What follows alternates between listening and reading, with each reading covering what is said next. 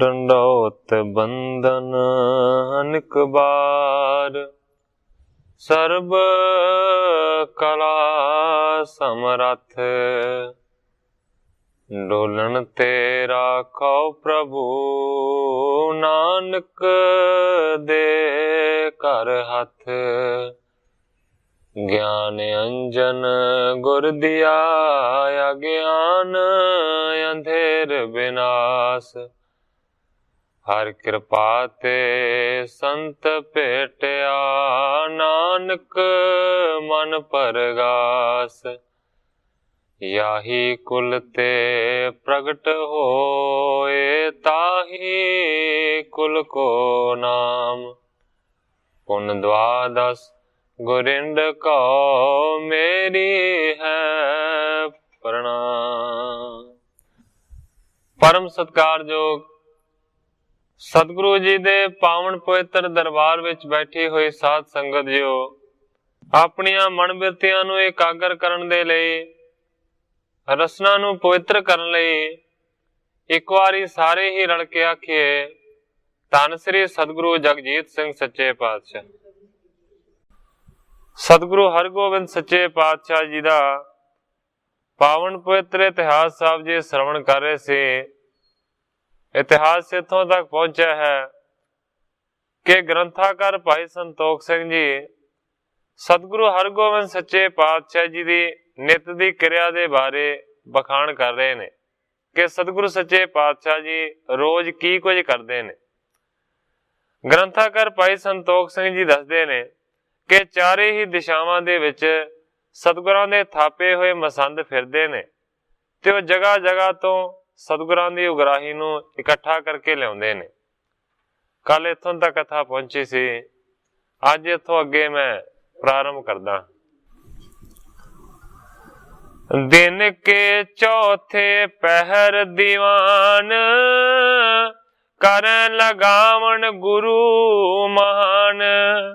ग्रंथाकार भाई संतोख सिंह जी लिखते ने कि दिन दे चौथे पहर दे विच सतगुरु हरगोबिंद सच्चे पातशाह जी दीवान सजाउंदे ने। प्रथम नमे कर श्री हरि मंदर, चतर प्रदक्षिणा दे कर सुंदर। सारियां तो पहला श्री हरमंदर दे विच जाके नमस्कार करदे ने ते फिर उत्थे चार परिक्रमा करदे ने। बैठयान सकल तिस स्थान, श्री हर गोविंद जहां सुजान।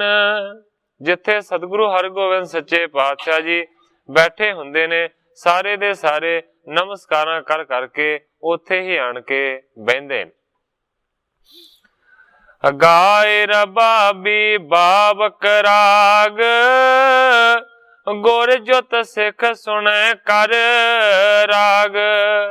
बाबक नां दा जिहड़ा रबाबी है, ਉਹ मानो के रागां दे विच गुरबाणी दा कीर्तन करदा है। सतगुरु हरगोबिंद सच्चे पातशाह जी दे समेत सारे दे सारे रागां नूं प्रेम दे नाल सुणदे ने, क्योंकि इतिहास दे विच इस तरह दा प्रसंग आया है कि सत्ता ते बलवंड सतगुरु अर्जन देव सच्चे पातशाह जी दे हजूरी रागी सन। उन्हां दी मौत तो बाद सतगुरु हरगोबिंद सच्चे पातशाह जी ने बाबक नां दे रबाबी नूं अपना गवैया बनाया। इस करके ग्रंथाकार भाई संतोख सिंह जी ने लिखिया है कि बाबक जिहड़ा रबाबी सी ना, वो कीर्तन करया करदा सी। आन आन दरसैं सिख सारे, पूरे मनोरथ कांखां वारे। आन आन के सारे दे सारे सतगुरां दा दर्शन करया करदे सन, और जिन्हां दे मन दे विच किसी भी तरह दी कोई कामना हुंदी सी, सतगुरु सच्चे पातशाह जी उस दी कामना नूं पूरा करदे सन। केतक आवत चल जग आसी, केतक ममोखी सिख रहें पासी। कवि जी लिखते ने कि कई ते सतगुरु सच्चे पातशाह जी दे कोल जग्यासा नूं धारण करके आउंदे सन, ते कई कई मानो के मुक्ति दे इच्छा वाले सतगुरां दे हमेशा कोल रहिंदे सन। सेवा करें प्रेम ते कनी, सुन करन दे जिम गुर भनी।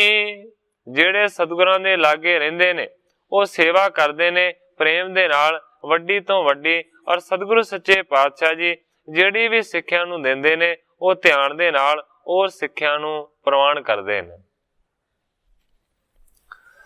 ਸੰਧਿਆ ਮੈਂ ਸੋ ਦਰ ਸੁਣ ਕਰਕੇ, ਭੋਗ ਪਰੇ ਤੇ ਸ਼ਰਧਾ ਧਰ ਕੇ।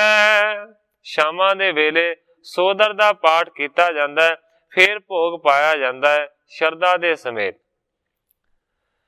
ਕਰ ਕਰ ਬੰਦੈ ਬੰਧਨ ਆਛੇ, ਬਹੁਰ ਚਲੈ ਸਤਿਗੁਰ ਕੇ ਪਾਛੇ। ਸਾਰੇ ਦੇ ਸਾਰੇ ਨਮਸਕਾਰਾਂ ਕਰਕੇ ਚਲੇ ਜਾਂਦੇ ਨੇ। ਸਤਿਗੁਰੂ ਸੱਚੇ ਪਾਤਸ਼ਾਹ ਜੀ ਜਦੋਂ ਜਾਂਦੇ ਨੇ ਤੇ ਉਸ ਤੋਂ ਬਾਅਦ ਸਾਰੇ ਦੇ ਸਾਰੇ ਪਿੱਛੇ ਜਾਂਦੇ ਨੇ। ਵੱਡੀ ਪ੍ਰਦਰਸ਼ਨ ਸਰ ਕੀ ਦੇਹ, ਪੌਰ ਦਰਸ਼ਨੀ ਦਰਸ਼ਨ ਲੇਹ। ਗ੍ਰੰਥਾਕਾਰ ਭਾਈ ਸੰਤੋਖ ਸਿੰਘ ਜੀ ਲਿਖਦੇ ਨੇ ਇਸ ਤੋਂ ਬਾਅਦ ਬਹੁਤ ਵੱਡੀ ਜਿਹੜੀ ਪ੍ਰਦਖਣਾ ਹੈ ਉਹ ਸਰੋਵਰ ਦੀ ਕੀਤੀ ਜਾਂਦੀ ਹੈ ਤੇ ਫਿਰ ਦਰਸ਼ਨੀ ਦਰਵਾਜ਼ੇ ਤੇ ਆਣ ਕੇ ਦਰਸ਼ਨ ਕੀਤਾ ਜਾਂਦਾ। ਅੰਤਰ ਕੀ ਪਰ ਕਰਮਾ ਕਰੈ, ਨਮਰੀ ਹੋਤ ਪ੍ਰੇਮ ਕੋ ਧਰੈ। ਫਿਰ ਅੰਦਰ ਦੀਆਂ ਪਰਕਰਮਾਂ ਕੀਤੀਆਂ ਜਾਂਦੀਆਂ ਨੇ, ਨਿਮਰਤਾ ਦੇ ਨਾਲ ਪ੍ਰੇਮ ਨੂੰ ਧਾਰਨ ਕਰਕੇ ਨਮਸਕਾਰ ਕੀਤੀ ਜਾਂਦੀ ਹੈ। ਭਾਈ ਬ੍ਰਿਧ ਸਭ ਸਿੱਖ ਗੁਰਦਾਸ, ਗਾਵਤ ਚੌਂਕੀ ਸ਼ਬਦ ਪ੍ਰਕਾਸ਼। ਇਸ ਤੋਂ ਬਾਅਦ ਬਾਬਾ ਬੁੱਢਾ ਜੀ, ਭਾਈ ਗੁਰਦਾਸ ਜੀ ਔਰ ਹੋਰ ਜਿੰਨੇ ਸਮੁੱਚੇ ਸਿੱਖ ਸੇਵਕ ਹੁੰਦੇ ਨੇ ਸਾਰੇ ਦੇ ਸਾਰੇ ਮਾਨੋ ਕਿ ਗਾਉਂਦੇ ਨੇ ਚੌਂਕੀ ਨੂੰ ਸ਼ਬਦਾਂ ਦੇ ਪ੍ਰਕਾਸ਼ ਦੇ ਨਾਲ। ਕਿਉਂਕਿ ਪਿੱਛੇ ਵੀ ਇਸ ਤਰ੍ਹਾਂ ਦਾ ਜ਼ਿਕਰ ਆਇਆ ਹੈ ਕਿ ਚੌਂਕੀ ਸਾਹਿਬ ਦੀ ਜਿਹੜੀ ਰੀਤੀ ਹੈ ਨਾ ਇਹ ਬਾਬਾ ਬੁੱਢਾ ਜੀ ਨੇ ਚਲਾਈ ਸੀ। ਸਨੇ ਸਨੇ ਪਰ ਦਸ਼ਨਾ ਦੇਤੇ, ਸ਼ਬਦ ਪੜਤ ਸਮਝਤ ਸੁਖ ਲੇਤੇ। ਹੌਲੀ ਹੌਲੀ ਨਾਲੇ ਪ੍ਰਕਰਮਾਂ ਕੀਤੀਆਂ ਜਾਂਦੀਆਂ ਨੇ ਤੇ ਨਾਲੇ ਸ਼ਬਦਾਂ ਨੂੰ ਪੜਿਆ ਜਾਂਦਾ। ਸ਼ਬਦਾਂ ਨੂੰ ਪੜ ਕੇ ਫਿਰ ਮੰਨੋ ਕਿ ਉਹਨਾਂ ਦਾ ਅਰਥ ਲਾ ਕੇ ਸਮਝ ਕੇ ਸੁਖ ਲੈਂਦੇ ਨੇ। ਦੇਖਤ ਭਏ ਪ੍ਰਸੰਨ ਬਲੰਦ, ਬਦਤ ਭਏ ਸ੍ਰੀ ਹਰਿ ਗੋਵਿੰਦ। ਜਦੋਂ ਬਾਬਾ ਬੁੱਢਾ ਜੀ ਦੀ ਅਗਵਾਈ ਦੇ ਵਿੱਚ ਸਾਰਾ ਇਸ ਤਰੀਕੇ ਦਾ ਕੀਤਾ ਗਿਆ ਉਸ ਵੇਲੇ ਸਤਿਗੁਰੂ ਹਰਗੋਬਿੰਦ ਸੱਚੇ ਪਾਤਸ਼ਾਹ ਜੀ ਬਹੁਤ ਹੀ ਜ਼ਿਆਦਾ ਪ੍ਰਸੰਨ ਹੋਏ ਤੇ ਸਤਿਗੁਰੂ ਸੱਚੇ ਪਾਤਸ਼ਾਹ ਜੀ ਨੇ ਇਸ ਤਰ੍ਹਾਂ ਬਚਨ ਕੀਤਾ। ਕਹਿੰਦੇ ਨੇ ਧੰਨ ਬ੍ਰਿਧ ਭਾਈ ਸ਼ੁਭ ਰੀਤ, ਕਰੀ ਸੁਦਾ ਸਰ ਪਰ ਧਰ ਪ੍ਰੀਤ। ਬਾਬਾ ਬੁੱਢਾ ਜੀ ਨੂੰ ਕਹਿੰਦੇ ਨੇ ਕਿ ਇਹ ਜਿਹੜੀ ਚੌਂਕੀ ਸਾਹਿਬ ਦੀ ਤੁਸੀਂ ਰੀਤੀ ਬਾਬਾ ਜੀ ਤੋਰੀ ਹੈ ਇਹ ਬਹੁਤ ਚੰਗੀ ਰੀਤੀ ਹੈ।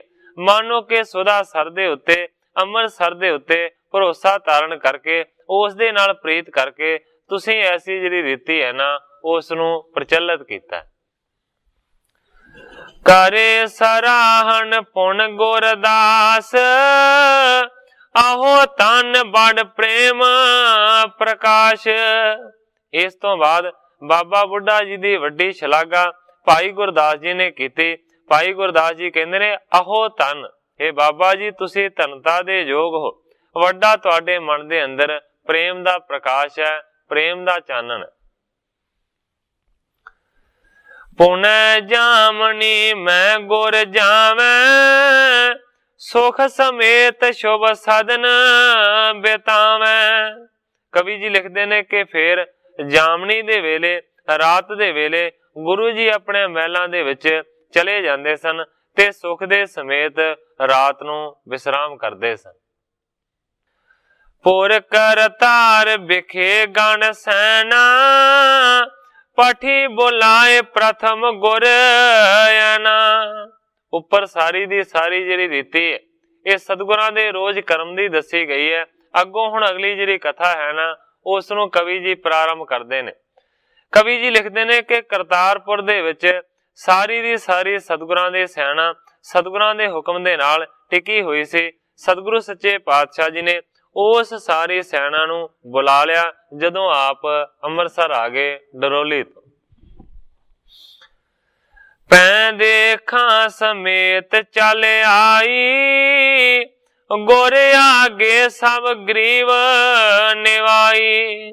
ਪੈਂਦੇ ਖਾਂ ਦੇ ਸਮੇਤ ਸਾਰੀ ਦੀ ਸਾਰੀ ਸੈਨਾ ਸਤਿਗੁਰਾਂ ਦੇ ਹਜ਼ੂਰ ਚੱਲ ਕੇ ਆਈ ਹੈ ਤੇ ਸਾਰਿਆਂ ਨੇ ਮਾਨੋ ਕਿ ਸਤਿਗੁਰਾਂ ਦੇ ਚਰਨਾਂ ਦੇ ਉੱਤੇ ਧੌਣਾ ਨੂੰ ਝੁਕਾਇਆ। ਪ੍ਰਿਥਕ ਪ੍ਰਿਥਕ ਸੁਭਟਣ ਕੋ ਹੇਰਾ, ਬੂਝੀ ਕੁਸ਼ਲ ਸਵਣ ਤਿਸ ਬੇਰਾ। ਸਤਿਗੁਰਾਂ ਨੇ ਵੱਖਰਾ ਵੱਖਰਾ ਹਰ ਇੱਕ ਯੋਧੇ ਨੂੰ ਦੇਖਿਆ ਹੈ ਔਰ ਹਰ ਇੱਕ ਦੀ ਮਾਨੋ ਕਿ ਸੁਖ ਸਾਂਦ ਦੀ ਖਬਰ ਪੁੱਛੀ। ਹਰਖਤ ਹੋਏ ਗਨ ਕਰੈ ਉਚਾਰੀ, ਆਖ ਲਿਆ ਨਾ ਮੈਂ ਕਿਰਪਾ ਤੁਮਾਰੀ।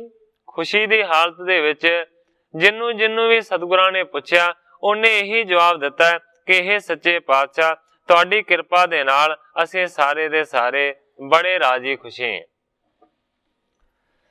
ਪੂਰਨ ਤੁਰੰਗ ਸ਼ੁਭ ਅੰਗ ਨਿਹਾਰੇ, ਅਹ ਪੁਸ਼ਟ ਤਨ ਪਰਾਕਰਮ ਭਾਰੇ। ਇਸ ਤੋਂ ਬਾਅਦ ਸਤਿਗੁਰੂ ਹਰਗੋਬਿੰਦ ਸੱਚੇ ਪਾਤਸ਼ਾਹ ਜੀ ਨੇ ਸਾਰੇ ਘੋੜਿਆਂ ਦੇ ਅੰਗਾਂ ਨੂੰ ਵੇਖਿਆ ਹੈ ਤੇ ਸਤਿਗੁਰਾਂ ਨੇ ਵੇਖ ਕੇ ਬਚਨ ਕੀਤਾ, ਕਹਿੰਦੇ ਨੇ ਸਾਰੇ ਦੇ ਸਾਰੇ ਘੋੜੇ ਬੜੇ ਰਿਸ਼ਟ ਪੁਸ਼ਟ ਨੇ, ਮਾਨੋ ਕਿ ਸਾਰਿਆਂ ਦੇ ਸਰੀਰ ਦੇ ਵਿੱਚ ਵੱਡਾ ਪਰਾਕਰਮ ਹੈ, ਵੱਡਾ ਬਲ ਹੈ। ਪੁਣ ਪੈ ਦੇਖਾਂ ਕੀ ਦਿਸ਼ ਦੇਖਾ, ਜਿਸ ਕੋ ਢੀਲ ਸਰੀਰ ਵਸ਼ੇਖਾ। ਇਸ ਤੋਂ ਬਾਅਦ ਸਤਿਗੁਰੂ ਹਰਗੋਬਿੰਦ ਸੱਚੇ ਪਾਤਸ਼ਾਹ ਜੀ ਨੇ ਪੈਂਦੇ ਖਾਂ ਦੇ ਵੱਲ ਵੇਖਿਆ ਹੈ, ਜਿਹਦਾ ਮਾਨੋ ਕਿ ਸਰੀਰ ਬਹੁਤ ਹੀ ਜ਼ਿਆਦਾ ਹੁਣ ਵੱਡਾ ਹੋ ਗਿਆ। ਪੂਰਬ ਤੇ ਡਿਓਡਾ ਹੋਏ ਗਇਓ, ਅਤ ਖੁਰਾਕ ਤੇ ਬਲ ਅਤ ਭਇਓ। ਪਹਿਲਾਂ ਜਿੰਨਾ ਸਰੀਰ ਸੀ ਪੈਂਦੇ ਖਾਂ ਦਾ, ਕਵੀ ਜੀ ਲਿਖਦੇ ਨੇ ਕਿ ਉਸ ਤੋਂ 1.5 ਗੁਣਾ ਹੁਣ ਸਰੀਰ ਵੱਧ ਗਿਆ ਹੈ, ਕਿਉਂਕਿ ਬਹੁਤੀ ਹੀ ਜ਼ਿਆਦਾ ਖੁਰਾਕ ਮਿਲਦੀ ਰਹੀ ਹੈ ਸਤਿਗੁਰਾਂ ਦੇ ਹੁਕਮ ਦੇ ਅਨੁਸਾਰ, ਤੇ ਜਿਹਦੇ ਕਾਰਨ ਮਾਨੋ ਕਿ ਹੁਣ ਬਹੁਤ ਹੀ ਜ਼ਿਆਦਾ ਤਾਕਤ ਵਾਲਾ ਹੋ ਗਿਆ ਹੈ ਪੈਂਦੇ ਖਾਂ। ਕਿਉਂਕਿ ਪਿੱਛੇ ਇਤਿਹਾਸ ਦੇ ਵਿੱਚ ਤੁਸੀਂ ਸੁਣ ਚੁੱਕੇ ਹੋ ਕਿ ਜਦੋਂ ਪੈਂਦੇ ਖਾਂ ਨੂੰ ਸਤਿਗੁਰਾਂ ਨੇ ਫੌਜ ਦੇ ਵਿੱਚ ਸ਼ਾਮਲ ਕੀਤਾ ਤੇ ਵਿਸ਼ੇਸ਼ ਰੂਪ ਦੇ ਵਿੱਚ ਸਤਿਗੁਰਾਂ ਨੇ ਸਿੱਖ ਨੂੰ ਹੁਕਮ ਕੀਤਾ ਸੀ ਕਿ ਕਿਸ ਤਰ੍ਹਾਂ ਦੀ ਖੁਰਾਕ ਇਸ ਨੂੰ ਦਿੱਤੀ ਜਾਵੇ। ਕਵੀ ਜੀ ਉਸ ਗੱਲ ਦਾ ਜ਼ਿਕਰ ਕਰਦੇ ਨੇ ਕਿ ਹੁਣ ਖੁਰਾਕ ਬਹੁਤ ਜ਼ਿਆਦਾ ਪੈਂਦੇ ਖਾਂ ਨੇ ਲੰਮੇ ਸਮੇਂ ਤੋਂ ਖਾਧੀ, ਇਸ ਕਰਕੇ ਸਰੀਰ ਬੜਾ ਤਕੜਾ ਹੋ ਗਿਆ। ਵੱਡੇ ਪੁਸ਼ਟ ਭੋਜ ਦੰਡ ਪ੍ਰਚੰਡ, ਮਨੋ ਕਰਬ ਕੀ ਦੀਰਗ ਸੁੰਡ। ਗ੍ਰੰਥਾਕਾਰ ਭਾਈ ਸੰਤੋਖ ਸਿੰਘ ਜੀ ਲਿਖਦੇ ਨੇ, ਬੜੀਆਂ ਲੰਮੀਆਂ ਤੇ ਮਜ਼ਬੂਤ ਪੈਂਦੇ ਖਾਂ ਦੀਆਂ ਬਾਹਾਂ ਨੇ, ਮਾਨੋ ਕਿ ਇਸ ਤਰ੍ਹਾਂ ਲੱਗਦਾ ਹੈ ਕਿ ਜਿਵੇਂ ਹਾਥੀ ਦੇ ਬੱਚੇ ਦੀ ਮਜ਼ਬੂਤ ਸੁੰਡ ਹੋਵੇ। ਕਦ ਵਿਸਾਲ ਮਸ ਭੀਜਤ ਆਨਨ, ਜਿਹ ਸਮਾਨ ਤਨ ਨਾਹਿ ਨਾ ਆਨਨ। ਕੱਦ ਬੜਾ ਉੱਚਾ ਹੋ ਗਿਆ ਹੈ। ਇਸ ਤੋਂ ਇਲਾਵਾ ਹੁਣ ਦਾੜੀ ਤੇ ਜਿਹੜੀਆਂ ਮੁੱਛਾਂ ਨੇ ਉਹ ਵੀ ਪੈਂਦੇ ਖਾਂ ਦੇ ਮੂੰਹ ਦੇ ਉੱਤੇ ਫੁੱਟ ਰਹੀਆਂ ਨੇ।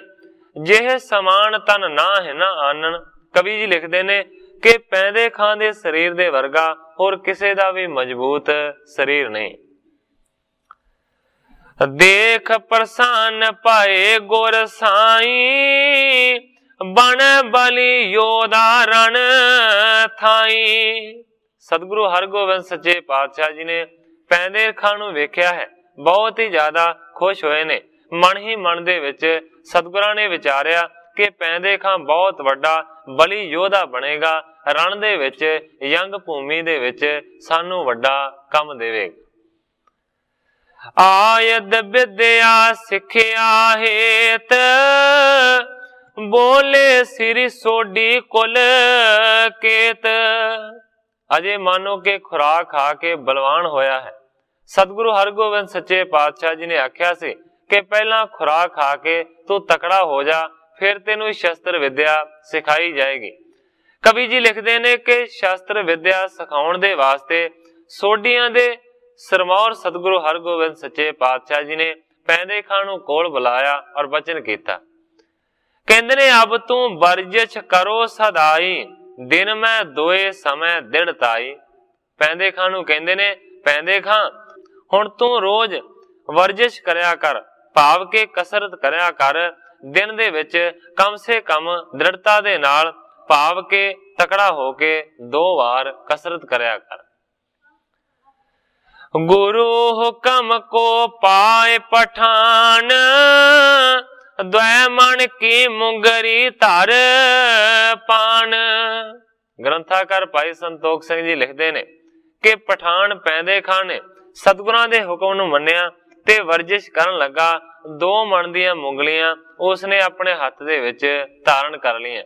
ਜਿਸ ਤਰ੍ਹਾਂ ਕਿ ਪਹਿਲਵਾਨ ਮੁੰਗਲੀਆਂ ਨੂੰ ਘੁਮਾ ਕੇ ਕਸਰਤ ਕਰਦੇ ਨੇ, ਇਸ ਤਰ੍ਹਾਂ ਦੀ ਮਾਨੋ ਕਿ ਕਸਰਤ ਉਸਨੇ ਸ਼ੁਰੂ ਕਰ ਦਿੱਤੀ।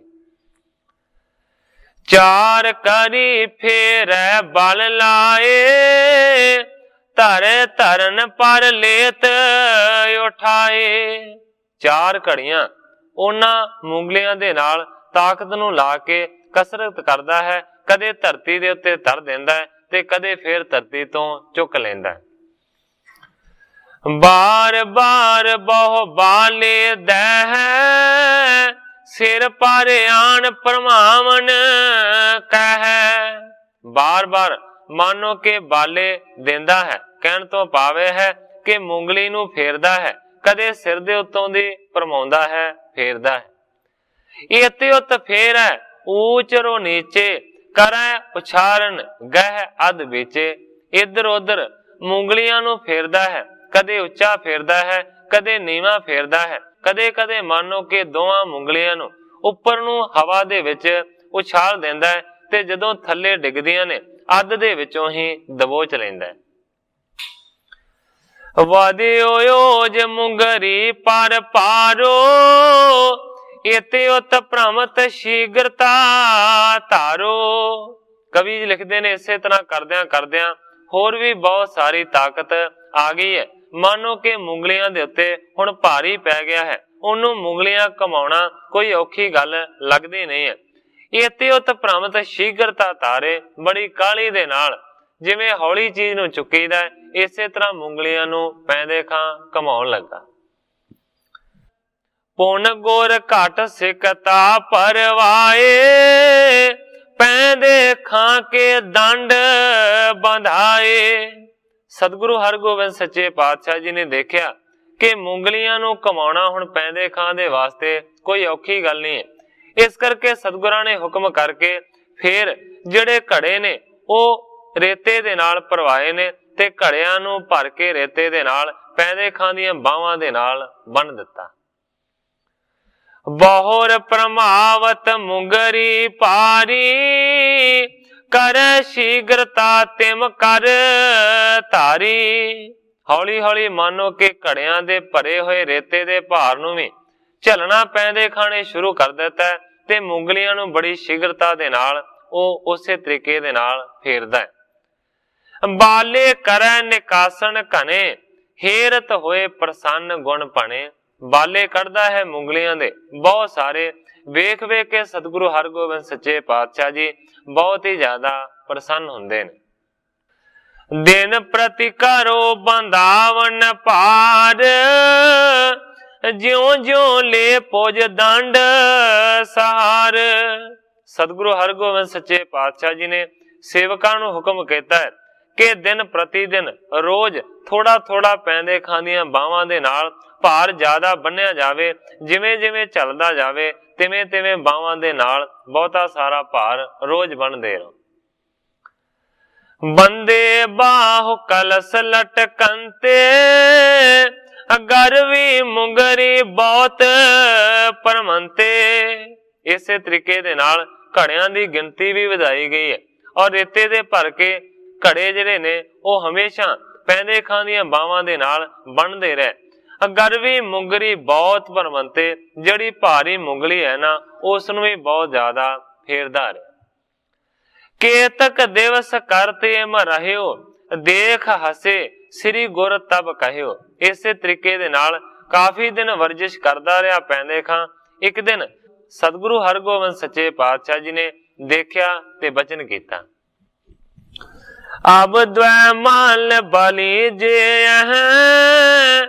दोनों भुज दंडन को गह। एक दिन जदों वर्जिश करके दिखा रहा सी, सतगुरु हरगोबिंद सच्चे पातशाह जी ने हुक्म किया कि दो ਜਿਹੜੇ ਸਾਡੇ बहुत ਵੱਡੇ ਪਹਿਲਵਾਨ बली ने, ਜਿਹੜੇ बहुत ज्यादा भारे ने, ਉਹ ਦੋਵੇਂ ਦੇ ਦੋਵੇਂ ਅੱਗੇ ਆਉਣ ਤੇ ਪੈਂਦੇ ਖਾਂ ਦੀਆਂ ਬਾਹਾਂ ਦੇ ਨਾਲ ਲਮਕ ਜਾਣ। आज्ञा मान करन लग सोई, माल गहे पुज लटकत दोई। सतगुरां दी आज्ञा नूं मन्निया है। ਵੱਡੇ ਸਰੀਰ ਦੇ ਜਿਹੜੇ ਮਾਲਕ ਦੋ ਪਹਿਲਵਾਨ ਨੇ ਉਹ ਅੱਗੇ ਆਏ ਨੇ। ਇੱਕ ਬਾਹ ਦੇ ਨਾਲ ਇੱਕ ਯੋਧਾ ਲਟਕ ਗਿਆ ਹੈ ਤੇ ਦੂਸਰੀ ਬਾਹ ਦੇ ਨਾਲ ਦੂਜਾ ਲਮਕਿਆ ਹੈ। ਫਿਰ ਪੈਂਦੇ ਖਾਂ ਨੂੰ ਹੁਕਮ ਕੀਤਾ ਹੈ ਕਿ ਉਸੇ ਤਰੀਕੇ ਦੇ ਨਾਲ ਮੁੰਗਲੀ ਘੁਮਾ। ਫਿਰ ਉਸੇ ਤਰੀਕੇ ਦੇ ਨਾਲ ਮਾਨੋ ਕਿ ਉਸਨੇ ਮੁੰਗਲੀ ਨੂੰ ਘੁਮਾਇਆ।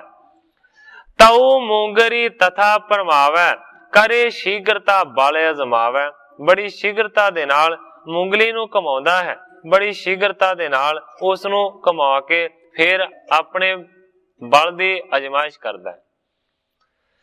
हेर हेर बिस्मय नर सारे, इसके साम और ना बल भारे। वेख वेख के सारे दे सारे बहुत ज्यादा हैरान हुंदे ने। मन दे मन विच ही सारे सोचदे ने कि पैंदे खां वर्गा जिहड़ा ताकत वाला है ना, होर लगदा है कोई नहीं।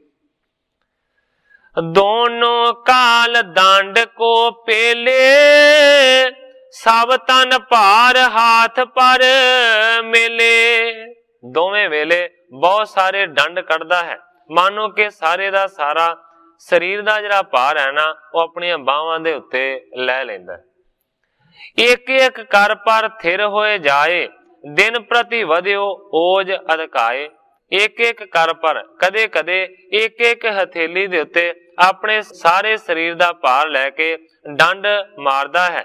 दिन प्रति इसे तरह करदियां करदियां बहुत ज्यादा ताकत वाला हो गया। सिपरन को कर गह चिराए, सिर फल फोर दंड दबाए।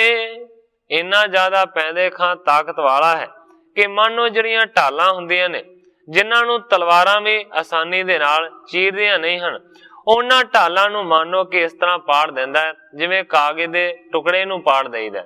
ਇਸ ਤੋਂ ਇਲਾਵਾ ਗ੍ਰੰਥਾਕਾਰ ਭਾਈ ਸੰਤੋਖ ਸਿੰਘ ਜੀ ਲਿਖਦੇ ਨੇ ਕਿ ਜਿਹੜਾ ਸਿਰੀਫਲ ਹੁੰਦਾ ਹੈ, ਨਾਰੀਅਲ ਨੂੰ ਕਹਿੰਦੇ ਨੇ, ਨਾਰੀਅਲ ਬਹੁਤ ਜ਼ਿਆਦਾ ਸਖਤ ਹੁੰਦਾ ਹੈ, ਕਿਸੇ ਪੱਕੀ ਚੀਜ਼ ਦੇ ਨਾਲ ਬੜੇ ਔਖੇ ਤਰੀਕੇ ਦੇ ਨਾਲ ਟੁੱਟਦਾ ਹੈ। ਪਰ ਕਵੀ ਜੀ ਲਿਖਦੇ ਨੇ ਕਿ ਸਿਰੀਫਲ ਨੂੰ ਭਾਵ ਕੇ ਨਾਰੀਅਲ ਨੂੰ ਆਪਣੀ ਹਥੇਲੀ ਦੇ ਵਿੱਚ ਰਹਿ ਕੇ ਉਹ ਤੋੜ ਦਿੰਦਾ। गह रजत पण चुटकी माहे, हरफ मिटावत मल कर ताहे। इस तो इलावा अपनी चुटकी दे विच जेकर किसे रुपये नूं फड़ लैंदा ते इसे तरह मसल के चुटकी दे विच ओहदे उत्ते लिखे हुए जिहड़े हरफ ने उन्हां नूं मिटा दिंदा है। जिस तरह के एक पासे कोई बुत बनिया हुंदा है, एक पासे लिखिया हुंदा है, मानो कि चुटकी दे विच इसे तरह पैंदे खां मसल के उन्हों बिल्कुल साफ कर दिंदा है, मानो कि इसे तरीके दे नाल कोई भी हरफ दिखदा नहीं है। इन्नी ज्यादा पैंदे खां दे विच कवि जी लिखते ने कि ताकत सी। सतगुरु प्रताप सिंह सच्चे पातशाह जी दे पावन पवित्र उपदेश दे विच आउंदी है साखी पैंदे खां दी। सतगुरु प्रताप सिंह सच्चे पातशाह जी ने बचन कीता है, पैंदे खां दीआं बाहां दे नाल दो दो घड़े पानी दे ते दो दो रेते दे भर के बन दिते जांदे सन ते 60 करमां तो जां पता नहीं किन्नी दूरी तो जदों तीर चलाउंदा सी ते उस रुख दे विच गर्क कर दिंदा सी, तसा दिंदा सी। इन्नी ताकत सतगुरु प्रताप सिंह सच्चे पातशाह जी अपने पवित्र उपदेश दे विच बखान करदे ने। मेरा सिर्फ कहण तो भाव है कि सतगुरु हरगोबिंद सच्चे पातशाह जी दे वेखदिआं ਉਹਨੇ ਇੰਨੀ ਜ਼ਿਆਦਾ ਤਾਕਤ ਨੂੰ ਹਾਸਲ ਕੀਤਾ ਤੇ ਸਾਰਿਆਂ ਨੂੰ ਇੰਜ ਕਰਕੇ ਉਹ ਵਿਖਾਉਂਦਾ ਹੈ। ਇਤਿਆਦਕ ਨਿਤ ਆਚਰਜ ਕਰੈ, ਗੁਰ ਪ੍ਰਸੰਨਤਾ ਤਿਉ ਤਿਉ ਧਰੈ। ਇਸ ਤਰ੍ਹਾਂ ਦੀਆਂ ਹੋਰ ਵੀ ਬਹੁਤ ਸਾਰੀਆਂ ਅਚਰਜ ਗੱਲਾਂ ਜਿਹੜੀਆਂ ਕਿ ਬੜੀਆਂ ਕਰਨੀਆਂ ਔਖੀਆਂ ਨੇ ਉਹ ਕਰਕੇ ਪੈਂਦੇ ਖਾਂ ਦਿਖਾਉਂਦਾ ਹੈ। ਸਤਿਗੁਰੂ ਹਰਗੋਬਿੰਦ ਸੱਚੇ ਪਾਤਸ਼ਾਹ ਜੀ ਦੀ ਖੁਸ਼ੀ ਨੂੰ ਲੈਂਦਾ। ਬਹੁ ਮੋਲੀ ਵਸਤੂ ਬਖਸ਼ੰਤੇ, ਧਨ ਗਣ ਦੇਤ ਲੇਤ ਹਰ ਖੰਤੇ। ਸਤਿਗੁਰੂ ਹਰਗੋਬਿੰਦ ਸੱਚੇ ਪਾਤਸ਼ਾਹ ਜੀ ਬਹੁਤੀਆਂ ਵੱਡਮੁੱਲੀਆਂ ਜਿਹੜੀਆਂ ਚੀਜ਼ਾਂ ਨੇ ਉਹ ਪੈਂਦੇ ਖਾਨ ਨੂੰ ਬਖਸ਼ਦੇ ਨੇ, ਬਹੁਤਾ ਸਾਰਾ ਧਨ ਵੀ ਦਿੰਦੇ ਨੇ। ਜੋ ਕੁਝ ਵੀ ਸਤਿਗੁਰੂ ਜੀ ਦਿੰਦੇ ਨੇ ਪੈਂਦੇ ਖਾਂ ਖੁਸ਼ੀ ਦੇ ਨਾਲ ਪ੍ਰਵਾਨ ਕਰਦਾ ਹੈ। ਇਸ ਕੀ ਕਥਾ ਕਹਾਂਗੇ ਫੇਰ, ਸੁਣੋ ਅਬੈ ਗੁਰ ਸਿੱਖਣ ਕੇਰ। ਹੁਣ ਗ੍ਰੰਥਾਕਾਰ ਭਾਈ ਸੰਤੋਖ ਸਿੰਘ ਜੀ ਲਿਖਦੇ ਨੇ ਕਿ ਇਸ ਪੈਂਦੇ ਖਾਂ ਦੀ ਜਿਹੜੀ ਕਥਾ ਹੈ ਮੈਂ ਫੇਰ ਲਿਖਾਂਗਾ, ਸੁਣੋ ਅਬੈ ਗੁਰ ਸਿੱਖਣ ਕੇਰ। ਹੁਣ ਮੈਂ ਥੋੜੇ ਹੋਰ ਗੁਰਸਿੱਖਾਂ ਦੇ ਹਾਲ ਬਿਆਨ ਕਰਦਾ ਹਾਂ, ਪਹਿਲਾਂ ਉਹਨਾਂ ਨੂੰ ਸੁਣੋ। ਜਿਉਂ ਜਿਉਂ ਮਿਲਿਓ ਸੁਣਿਓ ਉਪਦੇਸ਼, ਲੈ ਗੁਰ ਮਤ ਕੋ ਕਟੇ ਕਲੇਸ਼। ਭਾਈ ਸੰਤੋਖ ਸਿੰਘ ਜੀ ਲਿਖਦੇ ਨੇ, ਮੈਂ ਉਹਨਾਂ ਗੁਰਮੁਖਾਂ ਦੀ ਕਥਾ ਨੂੰ ਸੁਣਾਉਂਦਾ ਹਾਂ ਜਿਹੜੇ ਸਤਿਗੁਰੂ ਹਰਗੋਬਿੰਦ ਸੱਚੇ ਪਾਤਸ਼ਾਹ ਜੀ ਨੂੰ ਮਿਲੇ, ਸਤਿਗੁਰਾਂ ਦੇ ਉਪਦੇਸ਼ ਨੂੰ ਧਾਰਨ ਕੀਤਾ, ਫਿਰ ਉਪਦੇਸ਼ ਦੀ ਕਮਾਈ ਦੇ ਨਾਲ ਗੁਰਮਤ ਨੂੰ ਲੈ ਕੇ ਉਹਨਾਂ ਨੇ ਆਪਣੇ ਕਲੇਸ਼ ਦੂਰ ਕੀਤੇ। ਤਿੰਨ ਕੀ ਕਹੋ ਕਥਾ ਕੁਛ ਥੋਰੀ, ਸ਼ਰੋਤਾ ਸੁਣੋ ਮਹਾਰਸ ਬੋਰੀ। ਕਵੀ ਜੀ ਲਿਖਦੇ ਨੇ ਕਿ ਐਸੇ ਗੁਰਸਿੱਖਾਂ ਦੀ ਕਥਾ ਮੈਂ ਥੋੜੀ ਬਿਆਨ ਕਰਾਂਗਾ। हे ਸਰੋਤਾ ਜਨੋ, हे ਸੁਣਨ ਵਾਲਿਓ, ਐਸੀ ਕਥਾ ਨੂੰ ਸੁਣੋ ਜਿਹੜੀ ਮੰਨੋ ਕਿ ਕਥਾ ਬਹੁਤ ਹੀ ਜ਼ਿਆਦਾ ਮਹਾਰਸ ਦੇ ਵਿੱਚ ਡੁੱਬੀ ਹੋਈ। ਇਸ ਜਗ੍ਹਾ ਦੇ ਉੱਤੇ ਕਵੀ ਜੀ ਨੇ ਆਪਣੇ ਅਧਿਆਇ ਦੀ ਸਮਾਪਤੀ ਕੀਤੀ ਹੈ, ਨਵੇਂ ਅਗਲੇ ਅਧਿਆਇ ਦਾ ਪ੍ਰਾਰੰਭ ਕਰਦੇ ਨੇ। ਦਰਗਾਹ ਭੰਡਾਰੀਆ ਸਿੱਖ, ਹੋਤੋ ਮਤ ਧੀਰ, ਸ੍ਰੀ ਗੁਰ ਹਰ ਗੋਬਿੰਦ ਕੋ ਸੇਵਤ ਰਹਿ ਕਰ ਤੀਰ। ਗ੍ਰੰਥਾਕਾਰ ਭਾਈ ਸੰਤੋਖ ਸਿੰਘ ਜੀ ਲਿਖਦੇ ਨੇ ਕਿ ਦਰਗਾਹ ਭੰਡਾਰੀਆ ਇੱਕ ਸਿੱਖ ਸੀ ਜਿਹੜਾ ਕਿ ਬਹੁਤ ਹੀ ਜ਼ਿਆਦਾ ਸ੍ਰੇਸ਼ਟ ਬੁੱਧੀ ਦਾ ਮਾਲਕ ਸੀ ਔਰ ਧੀਰਜ ਵਾਲਾ ਸੀ।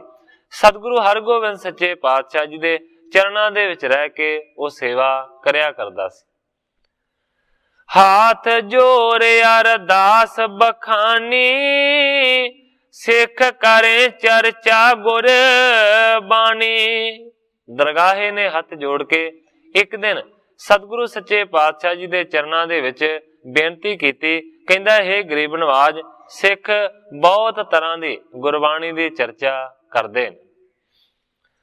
ਕਿਤਕ ਪਰੇ ਲਾਰੇ ਆਪਸ ਮਾਹੀ, ਨਿਜ ਨਿਜ ਅਰਥ ਹਟਣ ਦੇ ਨਾਹੀ। ਕਹਿੰਦਾ ਕਿ ਕਦੇ ਕਦੇ ਮੇਰੇ ਵੇਖਣ ਦੇ ਵਿੱਚ ਆਇਆ ਹੈ ਕਿ ਜਦੋਂ ਗੁਰਬਾਣੀ ਦੇ ਸ਼ਬਦ ਦੀ ਚਰਚਾ ਕਰਦੇ ਨੇ ਇੱਕ ਦੂਜੇ ਦੇ ਨਾਲ ਉਹ ਲੜਨ ਲੱਗ ਪੈਂਦੇ ਨੇ, ਝਗੜਾ ਬੰਨ ਲੈਂਦੇ ਨੇ, ਮਾਨੋ ਕਿ ਆਪੋ ਆਪਣੇ ਅਰਥ ਦੇ ਉੱਤੇ ਟਿਕੇ ਰਹਿੰਦੇ ਨੇ, ਦੂਸਰੇ ਦੀ ਗੱਲ ਬਿਲਕੁਲ ਹੀ ਨਹੀਂ ਮੰਨਦੇ। ਸੁਣ ਸ੍ਰੀ ਹਰਿ ਗੋਬਿੰਦ ਉਚਾਰਾ, ਹੋਵਤ ਚਰਚਾ ਚਾਰ ਪ੍ਰਕਾਰਾ। ਸਤਿਗੁਰੂ ਹਰਗੋਬਿੰਦ ਸੱਚੇ ਪਾਤਸ਼ਾਹ ਜੀ ਕਹਿੰਦੇ ਨੇ ਇਹ ਗੱਲ ਮਾੜੀ ਹੈ। ਸਤਿਗੁਰਾਂ ਨੇ ਆਖਿਆ ਕਿ ਚਰਚਾ ਦੀ ਗੱਲ ਕੀਤੀ ਹੈ, ਮੈਂ ਤੈਨੂੰ ਦੱਸਦਾ ਹਾਂ। ਗੁਰੂ ਜੀ ਕਹਿੰਦੇ ਨੇ ਕਿ ਹੋਵਤ ਚਰਚਾ ਚਾਰ ਪ੍ਰਕਾਰਾ। ਗੁਰੂ ਜੀ ਕਹਿੰਦੇ ਨੇ ਕਿ ਚਾਰ ਪ੍ਰਕਾਰ ਦੀ ਜਿਹੜੀ ਚਰਚਾ ਹੈ ਨਾ ਉਹ ਹੋਇਆ ਕਰਦੀ।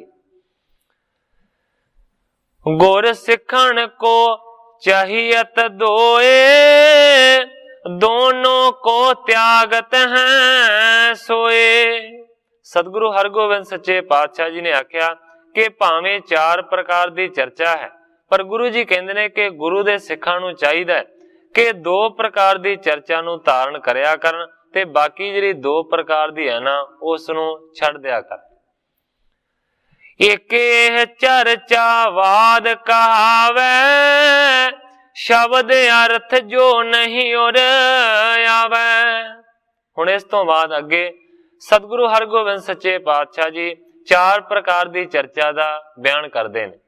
ਸਤਿਗੁਰਾਂ ਨੇ ਆਖਿਆ ਕਿ ਪਹਿਲੇ ਪ੍ਰਕਾਰ ਦੀ ਜਿਹੜੀ ਚਰਚਾ ਹੈ ਉਸ ਨੂੰ ਆਖਿਆ ਜਾਂਦਾ ਹੈ ਵਾਦ। ਸ਼ਬਦ ਅਰਥ ਜੋ ਨਹੀਂ ਉਰ ਆਵੇ, ਜੇਕਰ ਕਿਸੇ ਸ਼ਬਦ ਦਾ ਅਰਥ ਮਨੁੱਖ ਦੇ ਹਿਰਦੇ ਦੇ ਵਿੱਚ ਉਤਪੰਨ ਨਹੀਂ ਹੁੰਦਾ, ਨਹੀਂ ਪਤਾ ਲੱਗਦਾ ਕਿ ਕੀ ਸ਼ਬਦ ਦਾ ਅਰਥ ਹੈ।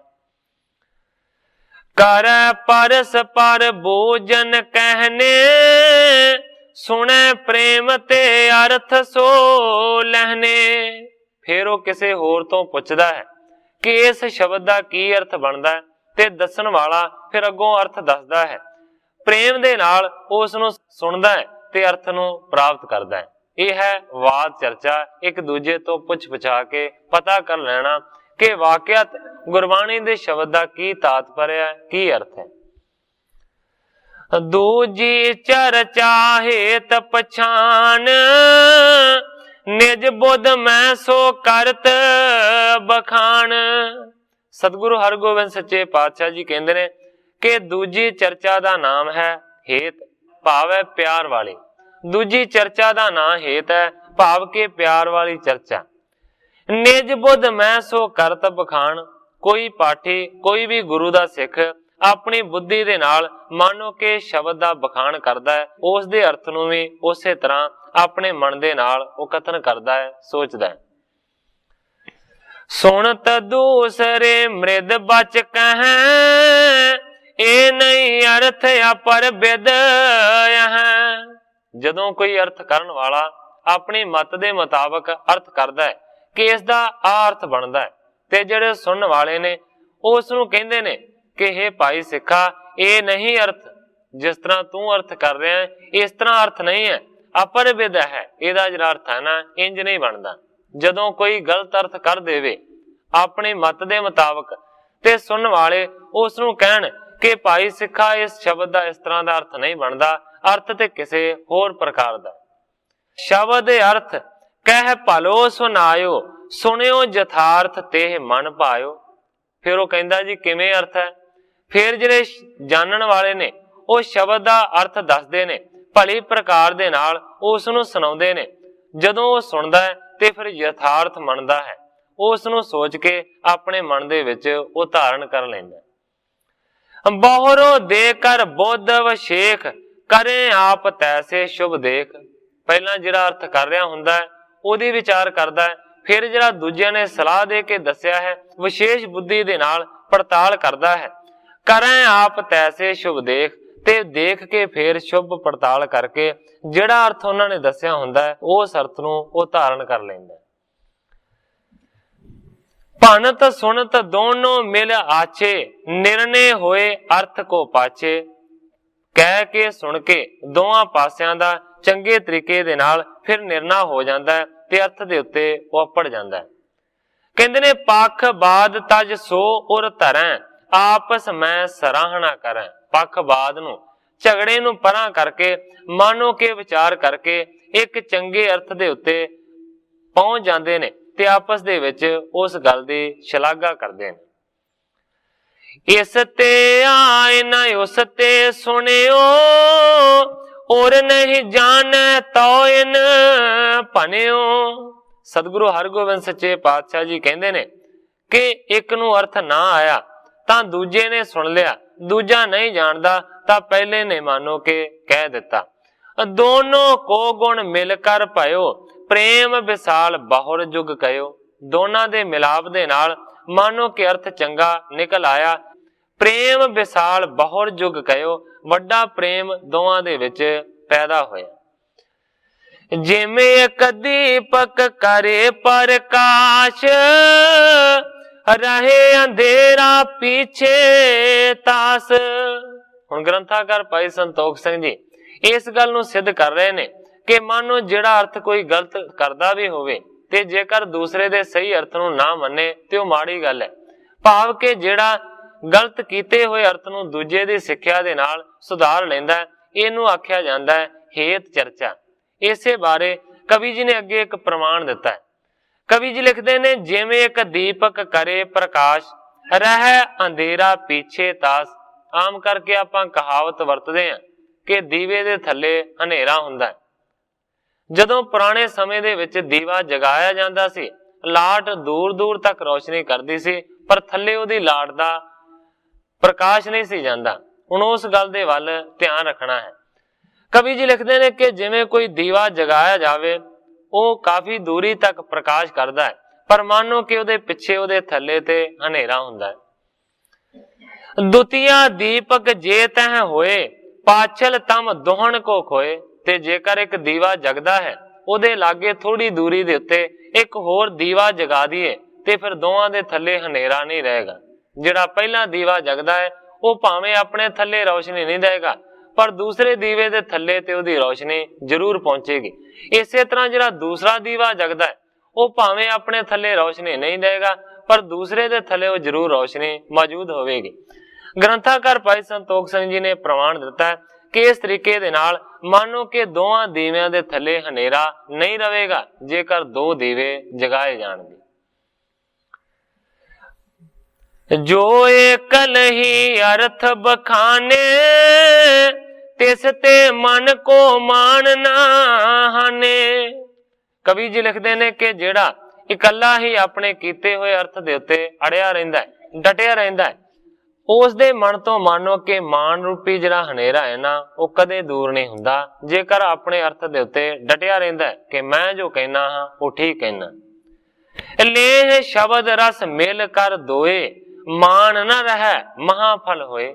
ਜੇਕਰ ਦੋ ਜਾਣੇ ਸ਼ਬਦ ਦਾ ਮਿਲਾਪ ਕਰਕੇ ਅਰਥ ਨੂੰ ਸਮਝ ਕੇ ਉਹਦੇ ਰਸ ਨੂੰ ਮਾਣਦੇ ਨੇ ਤੇ ਫਿਰ ਸਤਿਗੁਰੂ ਸੱਚੇ ਪਾਤਸ਼ਾਹ ਜੀ ਉਪਦੇਸ਼ ਦੇ ਰਹੇ ਨੇ ਕਿ ਮਾਨ ਰੂਪੀ ਹਨੇਰਾ ਨਹੀਂ ਰਹਿੰਦਾ ਤੇ ਵੱਡੇ ਫਲ ਦੀ ਪ੍ਰਾਪਤੀ ਹੁੰਦੀ ਹੈ। ਇਸ ਨੂੰ ਆਖਿਆ ਜਾਂਦਾ ਹੈ, ਸਤਿਗੁਰੂ ਜੀ ਕਹਿੰਦੇ ਨੇ ਕਿ ਹੇਤ ਚਰਚਾ, ਪਿਆਰ ਵਾਲੀ ਚਰਚਾ। ਚਰਚਾ ਜਲਪਤੀ ਸਰੀ ਜਾਨ, ਜੋ ਨਿਜ ਮੁਖ ਤੇ ਕੀਨ ਬਖਾਨ। ਸਤਿਗੁਰੂ ਹਰਗੋਬਿੰਦ ਸੱਚੇ ਪਾਤਸ਼ਾਹ ਜੀ ਕਹਿੰਦੇ ਨੇ ਤੀਸਰੇ ਨੰਬਰ ਦੇ ਉੱਤੇ ਹੁੰਦੀ ਹੈ ਜਲਪ ਚਰਚਾ। ਜੋ ਨਿਜ ਮੁਖ ਤੇ ਕੀਨ ਬਖਾਨ, ਜਿਹੜਾ ਕੋਈ ਆਪਣੇ ਮੂੰਹ ਤੋਂ ਕਿਸੇ ਤਰ੍ਹਾਂ ਵੀ ਕੁਝ ਕਹਿ ਦਿੰਦਾ। ਹੋਏ ਅਣਬਣ ਕਹਿ ਬਣਿਓ ਕਹੰਤ, ਨਹੀਂ ਦੂਸਰੇ ਔਰ ਬਿਖੈ ਲਹੰਤ। ਮਾਨੋ ਕਿ ਅਣਬਣ ਵਾਰਤਾ ਨੂੰ ਬਣੀ ਹੋਈ ਕਹਿੰਦਾ ਹੈ, ਜਿਹੜੀ ਗੱਲ ਨਹੀਂ ਹੈ ਉਹਨੂੰ ਕਹਿੰਦਾ ਹੈ।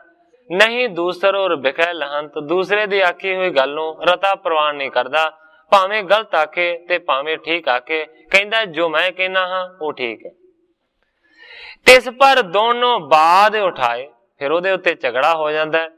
ਦੋਵਾਂ ਪੱਖਾਂ ਤੋਂ ਫਿਰ ਬਾਦ ਪੈਦਾ ਹੁੰਦਾ ਹੈ, ਝਗੜਾ ਪੈਦਾ ਹੁੰਦਾ ਹੈ। ਨਿਜ ਨਿਜ ਪੱਖ ਪਰ ਜੁਗਤ ਬਣਾਏ, ਫਿਰ ਆਪੋ ਆਪਣੇ ਪੱਖ ਦੇ ਉੱਤੇ ਜੁਗਤੀਆਂ ਬਣਾਉਂਦੇ ਨੇ, ਦਲੀਲਾਂ ਦਿੰਦੇ ਨੇ, ਪ੍ਰਮਾਣ ਦਿੰਦੇ ਨੇ। ਜੇਕਰ ਕਿਸੇ ਗੁਰਬਾਣੀ ਦੇ ਉੱਤੇ ਚਰਚਾ ਹੋ ਗਈ ਹੈ, ਇੱਕ ਨੇ ਕਹਿਣਾ ਹੈ ਕਿ ਇਸ ਸ਼ਬਦ ਦਾ ਅਰਥ ਆ ਬਣਦਾ ਹੈ, ਦੂਸਰੇ ਨੇ ਕਹਿਣਾ ਨਹੀਂ ਆ ਬਣਦਾ ਹੈ, ਪਰ ਦੋਵੇਂ ਅਗਿਆਨੀ ਨੇ, ਆਪੋ ਆਪਣੇ ਪੱਖ ਦੇ ਉੱਤੇ ਦਲੀਲਾਂ ਕਰੀ ਜਾਂਦੇ ਨੇ। ਨਾ ਉਹਦੀ ਗੱਲ ਕੋਈ ਸੋਚਦਾ ਹੈ ਤੇ ਨਾ ਉਹਦੀ ਦੂਸਰਾ ਸੋਚਦਾ ਹੈ। ਇੱਕ ਦੀ ਦੂਜਾ ਨਹੀਂ ਸੁਣਦਾ, ਦੂਜੇ ਦੀ ਪਹਿਲਾਂ ਨਹੀਂ ਸੁਣਦਾ। ਇਸੇ ਤਰ੍ਹਾਂ ਦੋਵਾਂ ਦਾ ਕਹਿੰਦੇ ਨੇ ਕਵੀ ਜੀ ਬਾਦ ਹੋ ਜਾਂਦਾ ਹੈ, ਝਗੜਾ ਹੋ ਜਾਂਦਾ। ਅਨਕ ਪ੍ਰਮਾਣ ਆਣ ਦਿੜ ਕਰੈ, ਨਹੀਂ ਤੋ ਮਾਨੈ ਨਹੀਂ ਮਨ ਤਰੈ। ਅਨੇਕਾਂ ਪ੍ਰਮਾਣ, ਅਨੇਕਾਂ ਦਲੀਲਾਂ ਆਪੋ ਆਪਣੀ ਗੱਲ ਨੂੰ ਸਿੱਧ ਕਰਨ ਦੇ ਵਾਸਤੇ ਉਹ ਪਕਿਆਈ ਦੇ ਨਾਲ ਦਿੰਦੇ ਰਹਿੰਦੇ ਨੇ। ਨਹੀਂ ਦੋ ਮਾਨੈ, ਦੋਵੇਂ ਨਹੀਂ ਮੰਨਦੇ, ਨਾ ਪਹਿਲਾ ਮੰਨਦਾ ਨਾ ਦੂਜਾ ਮੰਨਦਾ। ਨਹੀਂ ਦੋ ਮਾਨੈ ਨਹੀਂ ਮਨ ਤਰੈ, ਨਾ ਮੰਨਦੇ ਨੇ ਤੇ ਨਾ ਦੂਸਰੇ ਦੀ ਗੱਲ ਨੂੰ ਮਨ ਦੇ ਉੱਤੇ ਧਾਰਨ ਕਰਦੇ ਨੇ। ਇਹਨੂੰ ਆਖਿਆ ਜਾਂਦਾ ਜਲਪ ਚਰਚਾ। ਜਿਉ ਕਿਉ ਅਰਥ ਆਪਣੋ ਮੰਡੈ, ਰਿਸੈ ਪਰਸ ਪਰ ਪਰ ਕੋ ਖੰਡੈ। ਜਿਵੇਂ ਨਾ ਕਿਵੇਂ ਆਪਣੇ ਅਰਥ ਨੂੰ ਸਹੀ ਕਰਨ ਦਾ ਯਤਨ ਕਰਦੇ ਨੇ, ਆਪਣੇ ਅਰਥ ਦੀ ਮੰਡਤ ਕਰਦੇ ਨੇ। ਮੰਡਣ ਤੋਂ ਭਾਵ ਹੁੰਦਾ ਹੈ ਕਿ ਪ੍ਰਮਾਣ ਕਰਨਾ, ਤੇ ਖੰਡਣ ਤੋਂ ਭਾਵ ਹੈ ਕਿਸੇ ਚੀਜ਼ ਨੂੰ ਖੰਡ ਦੇਣਾ, ਨਾ ਪ੍ਰਮਾਣ ਕਰਨਾ। ਜਿਵੇਂ ਨਾ ਕਿਵੇਂ ਆਪਣੇ ਅਰਥ ਦੀ ਮੰਡਣਾ ਕਰਦੇ ਨੇ ਤੇ ਗੁੱਸੇ ਦੇ ਨਾਲ ਦੂਸਰੇ ਦੀ ਖੰਡਨਾ ਕਰਦੇ ਨੇ। ਇਹ ਅਰਥ ਗਲਤ ਹੈ। ਲਰੈ ਕ੍ਰੋਧ ਤੇ ਬੰਦੈ ਦ્વੈਖ, ਜਰੈ ਹਿਰਦੈ ਸੁਣ ਜਸ ਕੋ ਦੇਖ। ਇਹਦੇ ਨਾਲ ਫਿਰ ਸਿੱਟਾ ਕੀ ਨਿਕਲੇਗਾ, ਪ੍ਰਮਾਣ ਕੀ ਨਿਕਲੇਗਾ? ਕਵੀ ਜੀ ਲਿਖਦੇ ਨੇ ਕ੍ਰੋਧ ਦੇ ਨਾਲ ਇੱਕ ਦੂਜੇ ਦੇ ਨਾਲ ਲੜਨਗੇ, ਨਤੀਜਾ ਕੋਈ ਵੀ ਨਹੀਂ ਨਿਕਲੇਗਾ। ਇੱਕ ਦੂਜੇ ਦੇ ਨਾਲ ਦ્વੈਸ਼ ਭਾਵ ਨੂੰ ਬੰਨਣਗੇ, ਦੂਸਰੇ ਪਰਾਏ ਜਸ ਨੂੰ ਉਹ ਬਿਲਕੁਲ ਨਹੀਂ ਸੁਣਨਗੇ। ਸੋ ਗੁਰ ਸਿੱਖ ਨਾ ਅੰਗੀਕਾਰ, ਨਿਮਰਨ ਮਨ ਹੋਏ ਬੈਰ ਬੇਕਾਰ। ਤੇ ਸਤਿਗੁਰੂ ਹਰਗੋਬਿੰਦ ਸੱਚੇ ਪਾਤਸ਼ਾਹ ਜੀ ਉਹ ਸਿੱਖ ਨੂੰ ਦੱਸ ਰਹੇ ਨੇ ਕਿ ਇਸ ਤਰ੍ਹਾਂ ਦੀ ਚਰਚਾ ਨੂੰ ਆਖਿਆ ਜਾਂਦਾ ਹੈ ਜਲਪ ਚਰਚਾ। ਗੁਰੂ ਜੀ ਕਹਿੰਦੇ ਨੇ ਕਿ ਐਸੀ ਜਿਹੜੀ ਚਰਚਾ ਹੈ ਨਾ, ਉਸ ਨੂੰ ਵੀ ਜਿਹੜੇ ਗੁਰੂ ਦੇ प्यारे गुरु सिख ने ना वो अंगीकार नहीं करते, वो प्रवान नहीं करते। निमर ना मन होए बैर बेकार, क्योंकि इस तरह करन दे नाल मन दे विच निमरताई कोई आउंदी नहीं है, सगों मानो कि बेकार दे विच वैर वधदा है। इस करके जल्प चर्चा नूं नहीं करना चाहिए। चौथी चर्चा होत वितंडा, खंडन मैं नित होए प्रचंडा। सतगुरु हरगोबिंद सच्चे पातशाह जी ने बचन किया, एक होर भी चर्चा हुंदी है, चौथे नंबर की चर्चा, जिसनों गुरु जी कहते ने वितंडा आख्या जाता है। इस वितंडा चर्चा दे विच गुरु जी कहते ने मंडन कोई भी नहीं हुंदा, सिर्फ खंडन ही खंडन हुंदा है। जिन्ना हो सके उन्ना दूजे दे विचार नूं खंडिया जावे। अपनी मत विशेष नहीं है, नहीं माने जे दूसर कह।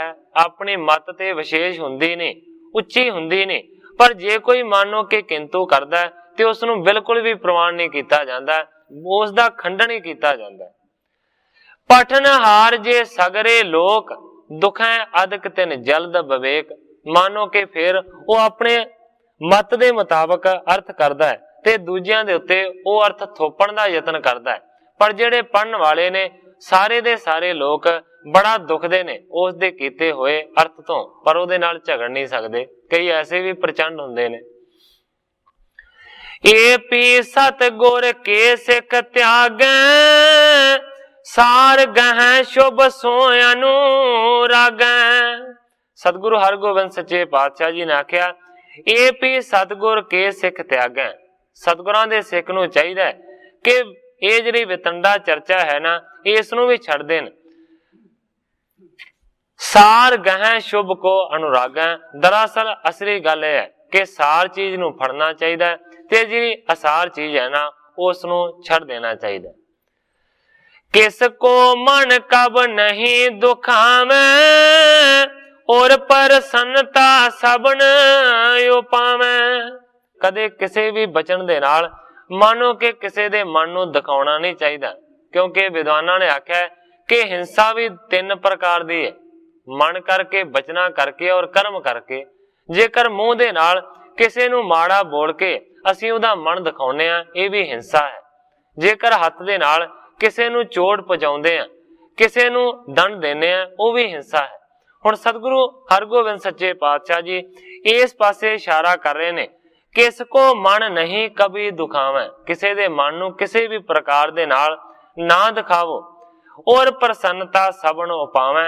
ऐसे ही गल करो, ऐसा कर्म करो ताकि उस कीती हुई गल दे नाल मानो के सारे प्रसन्न रहन, खुश रहन। सिरी मुख ते सुन कै शुभ बानी, सिखण तारे शरदा और यानी। ग्रंथाकार भाई संतोख सिंह जी लिखते ने कि जदों सतगुरु हरगोबिंद सच्चे पातशाह जी ने इस तरह की चंगी बाणी सारियां नूं कह के सुनाई ते सारियां दे मन दे विच शरदा बजी, ते सतगुरु सच्चे पातशाह जी ने हुक्म किया कि 2 प्रकार की जिहड़ी चर्चा है ना, हे गुरु दे प्यारे सिखो, उस नूं करो। जिहड़ी दूसरी 2 प्रकार की है ना, उस नूं छड्ड दो। भाव के वाद चर्चा करो या फिर हेत चर्चा करो। जिहड़ी जल्प चर्चा है या वितंडा चर्चा है उस नूं ना करो। एक जमाल जे नाम सोयायो, सिर सतगुर को शीस निवायो।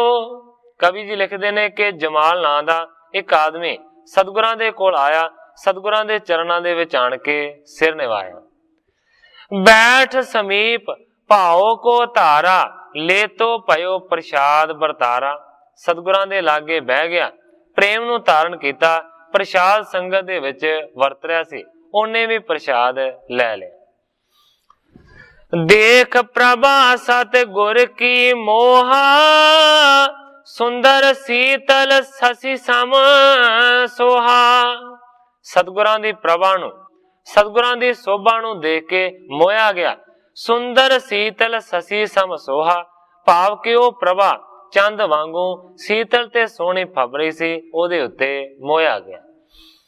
हाथ जोर अरदास उचारी, मैं अबे आयो शरण तुम्हारी। हथ जोड़ के जमाल ने सतगुरां दे चरणां दे विच अर्ज कीती, हे सच्चे पातशाह, मैं तुहाडे चरणां दी शरण दे विच आ पिया। सिख अपनो मोह बनावो, सुख दानी उपदेश बतावो। हथ जोड़ के आख्या कि सच्चे पातशाह किरपा करके मैनू अपना सिख बना लो, अपना शिष्य स्वीकार कर लो, सुखदानी उपदेश बतावो। ते सुखां दा दान देण वाला जिहड़ा उपदेश है किरपा करके मैनू दिओ। परियो राहों गोरावर शरनी, कहो बदन ते करो सो करनी। कहंदा सच्चे पातशाह मैं हमेशा तुहाडे चरनां दी शरण दे विच प्यार रवांगा, डिग्गा रवांगा। सच्चे पातशाह जो तुसीं हुक्म अपने मुखारबिन तो करोगे मैं उसे तरह दी करनी नूं करांगा। सिर मुख ते उपदेश उचारा, पाठ सुन कर गुर शब्द विचारा।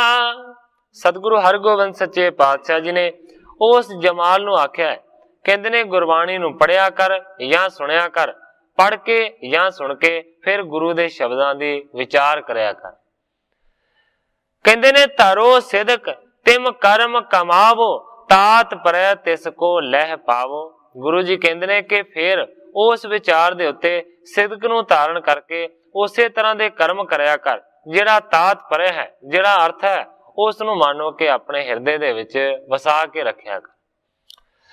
जे तक तन जग में उपजाए, पंच तत के अखल बनाए। सतगुरु जी कहते ने मोटिया मोटिया गल्लां मैं तेनू दस देना हाँ। सतगुरां ने आख्या कि जिन्ने भी जग दे उत्ते शरीर पैदा होए ने, सारे दे सारे शरीर पंजां तत्तां दे बने होए ने। घाट ना बाद एक सम जानो, अंतःकरण इंद्रियां तन मानो। सतगुरु जी कहते ने घाटवाद कोई नहीं है, इक्को वर्गे तत्तां तो सारियां दे शरीर बने ने, अंतःकरण बनया है, इंद्रियां बनिया ने, इस तो इलावा शरीर बने ने। जह कह एक चेतन सब माही, चेतन बिखै भेद कुछ नाही। सतगुरु हरगोबिंद सच्चे पातशाह जी ने आख्या कि हर एक दे विच इक्को ही चेतना है। चेतना दे बहुत सारे भाव ने, पर इत्थे चेतना तो भाव है कि जीव आत्मा। कहंदे ने जह कह एक चेतन सब माही, चेतन बिखै भेद कुछ नाही। चेतन दे विच कोई भी किसी प्रकार दा भेद नहीं है, इक्को जी चेतन हर एक दे विच है। जे मजान सिख है सेई, जन्म मरण बंधन हत तेई। सतगुरां ने उपदेश दिता कि जिहड़ा मनुख इस तरह मनदा है कि हर एक दे विच एक चेतना है, ਉਹ मानो कि जन्म ते मरण दे बंधन दे विचों निकल जाता है। सुन जमाल ने प्रश्न बखाना, एक चेतन जे है सब थाना। सुन के जमाल ने फिर सतगुरां दे उत्ते सवाल कर दिता, कहंदा सच्चे पातशाह एक चेतन जे है सब थाना, जेकर इक्को ही चेतन हर एक जगह दे विच हर एक हिरदे दे विच मौजूद है, कहंदा तौ आहार करबे एक संगा, क्यों ना तृप्त होवै सरबंगा। कहंदा जेकर इक्को ही चेतन हर एक दे विच है, ते जेकर कोई एक मनुख भोजन खांदा है ते उस दे भोजन खाण दे नाल मानो कि सारे दे सारे तृप्त क्यों नहीं हो जांदे, क्यों नहीं सारे दे सारे रज जांदे। सवाल कीता जमाल ने। कहंदा एक के ज्ञान होण कर सारे, क्यों अज्ञान खोए नहीं सारे। जेकर एक आदमी नूं ज्ञान हो जाता है ते उस दे ज्ञान होण दे कारण सारे दे सारे अपने अज्ञान नूं क्यों नहीं गवा देंदे, सारे दे सारे ज्ञानी क्यों नहीं बन जाते। जो अचवै सोई तृपतावै, जो ज्ञानी सो कैवल पावै। जमाल ने सवाल किया कि सच्चे पातशाह देखण दे विच इस तरह आया है कि जिहड़ा मनुख खांदा है उही रजदा है, उही तृप्त हुंदा है। जिहड़ा मुख ज्ञान की प्राप्ति करता है सिर्फ उसे मनुख नूं कैवल दी मोक्ष की प्राप्ति हुंदी है, दूजियां नूं ते नहीं हुंदी। सिरी मुख ते शुभ उत्तर दीन, घट मठ नाना जह कह चीन। उस दे सवाल तो बाद फिर सतगुरु हरगोबिंद सच्चे पातशाह जी ने उस दे सवाल का उत्तर देना शुरू किया ਕਹਿੰਦੇ ਨੇ ਘਾਟ ਮੱਠ ਨਾਨਾ ਜਹ ਕਹਿ ਚੀਨ। ਸਤਿਗੁਰੂ ਜੀ ਕਹਿੰਦੇ ਨੇ ਕਿ ਘੜੇ ਤੇ ਕੋਠੇ ਜਿੱਥੇ ਕਿਤੇ ਬਹੁਤ ਤਰ੍ਹਾਂ ਦੇ ਦੇਖੀਦੇ ਨੇ। ਕਹਿੰਦੇ ਨੇ ਏਕ ਆਕਾਸ਼ ਸਭਨ ਮੈਂ ਦੀਖਤ, ਨਿਰਣੇ ਕਰੋ ਭੇਦ ਨਹੀਂ ਇਕਤ। ਗੁਰੂ ਜੀ ਕਹਿੰਦੇ ਨੇ ਘੜੇ ਬਹੁਤ ਤਰ੍ਹਾਂ ਦੇ ਨੇ, ਕੋਠੇ ਵੀ ਕਮਰੇ ਵੀ ਬੜੇ ਤਰ੍ਹਾਂ ਦੇ ਨੇ, ਵੇਖਣ ਦੇ ਵਿੱਚ ਆਉਂਦੇ ਨੇ। ਪਰ ਸਤਿਗੁਰੂ ਸੱਚੇ ਪਾਤਸ਼ਾਹ ਜੀ ਕਹਿੰਦੇ ਨੇ ਕਿ ਬਰਾਬਰੀ ਦੀ ਗੱਲ ਇਹ ਹੈ, ਏਕ ਆਕਾਸ਼ ਸਭਨ ਮੈਂ ਦੀਖਤ। ਇੱਕੋ ਹੀ ਜਿਹੜਾ ਆਕਾਸ਼ ਹੈ ਨਾ ਉਹ ਸਾਰਿਆਂ ਦੇ ਵਿੱਚ ਦੇਖੀਦਾ ਹੈ। ਜੇ ਕਮਰੇ ਦੇ ਵਿੱਚ ਵੜ ਜਾਓਗੇ ਉਹੀ ਆਕਾਸ਼ ਹੈ, ਜੇਕਰ ਬਾਹਰ ਘੜੇ ਦੇ ਵਿੱਚ ਮੂੰਹ ਪਾਲੋਗੇ ਉਹੀ ਆਕਾਸ਼ ਹੈ, ਤੇ ਜੇਕਰ ਦੋਵਾਂ ਚੀਜ਼ਾਂ ਤੋਂ ਬਾਹਰ ਨਿਕਲ ਜਾਓਗੇ ਉਹੀ ਆਕਾਸ਼ ਹੈ। ਆਕਾਸ਼ ਬਾਹਰ ਵੀ ਹੈ, ਆਕਾਸ਼ ਕੋਠੇ ਦੇ ਅੰਦਰ ਵੀ ਹੈ, ਆਕਾਸ਼ ਘੜੇ ਦੇ ਅੰਦਰ ਹੈ। ਸਤਿਗੁਰੂ ਸੱਚੇ ਪਾਤਸ਼ਾਹ ਜੀ ਨੇ ਉਸ ਨੂੰ ਹੁਕਮ ਕੀਤਾ, ਕਹਿੰਦੇ ਨੇ ਨਿਰਣੇ ਕਰੋ ਭੇਦ ਨਹੀਂ ਇਕਤ। ਇਸ ਗੱਲ ਦਾ ਨਿਰਣਾ ਕਰ ਲੈ ਕਿ ਰਤਾ ਵੀ ਭੇਦ ਨਹੀਂ ਹੈ ਆਕਾਸ਼ ਦੇ ਵਿੱਚ। ਆਕਾਸ਼ ਹਰ ਇੱਕ ਜਗ੍ਹਾ ਦੇ ਉੱਤੇ ਰਮਿਆ ਹੈ। ਪਾਏ ਪਦਾਰਥ ਜਿਸ ਘਟ ਬਿਖੈ, ਤਿਸ ਤੇ ਹੀ ਨਿਕਸਤ ਸਭ ਦਿਸੈ। ਤੇ ਜਿਹੜੇ ਘੜੇ ਦੇ ਵਿੱਚ ਜਿਹੜਾ ਪਦਾਰਥ ਪਾਇਆ ਜਾਂਦਾ ਹੈ ਉਸੇ ਘੜੇ ਦੇ ਵਿੱਚੋਂ ਬਾਹਰ ਨਿਕਲਦਾ ਹੈ। ਕਹਿੰਦੇ ਨੇ ਜਿਸ ਮਠ ਮੈਂ ਦੀਪਕ ਹੈ ਬਾਰਾ, ਤਿਸ ਇੱਕ ਮੈਂ ਹੋਈਏ ਸੁਜਾਰਾ। ਤੇ ਜੇਕਰ ਇੱਕ ਕੋਠੇ ਦੇ ਅੰਦਰ ਦੀਵਾ ਬਾਲ ਦਈਏ ਤੇ ਮੰਨੋ ਕਿ ਦੀਵੇ ਦਾ ਜਿਹੜਾ ਪ੍ਰਕਾਸ਼ ਹੈ ਨਾ ਉਹ ਸਿਰਫ ਉਸੇ ਕੋਠੇ ਦੇ ਵਿੱਚ ਹੀ ਹੋਵੇਗਾ। ਤਿਸ ਇੱਕ ਮੈਂ ਹੋਏ ਸੁਜਾਰਾ, ਇਸ ਕਰਕੇ ਮੰਨੋ ਕਿ ਉਸੇ ਕੋਠੇ ਦੇ ਵਿੱਚ ਉਜਿਆਲਾ ਹੋਵੇਗਾ ਜਿਹਦੇ ਵਿੱਚ ਮੰਨੋ ਕਿ ਦੀਵਾ ਬਾਲਾਂਗੇ, ਤੇ ਜਿਹੜੇ ਘੜੇ ਦੇ ਵਿੱਚ ਚੀਜ਼ ਪਾਵਾਂਗੇ ਉਸੇ ਘੜੇ ਦੇ ਵਿੱਚੋਂ ਚੀਜ਼ ਨਿਕਲੇਗੀ, ਦੂਸਰੇ ਦੇ ਵਿੱਚ ਤੇ ਨਹੀਂ ਨਿਕਲੇਗੀ।